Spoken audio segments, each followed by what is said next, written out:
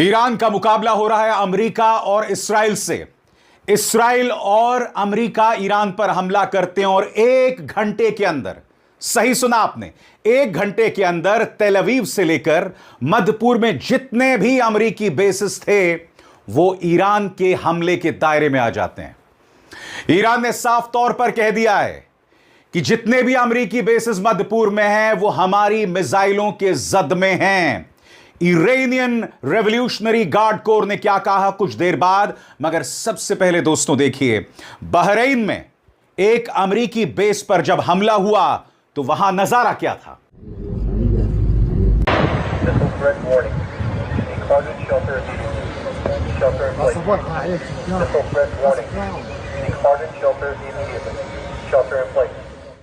दोस्तों इस कार्यक्रम में आपको अंत तक मेरे साथ रहना पड़ेगा क्योंकि इस कार्यक्रम में मैं आपको बतलाने जा रहा हूं कि